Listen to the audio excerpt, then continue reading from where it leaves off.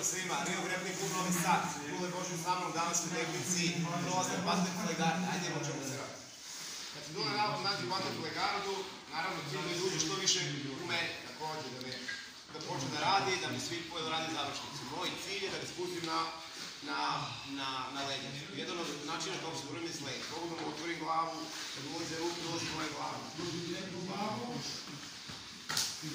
Znači, blokiram ruke da vidim, blokiram pukove, spustim glavu dole i nalazim se u ovoj poziciji. Sada odavde ću početi da krenem da prolazak da tu.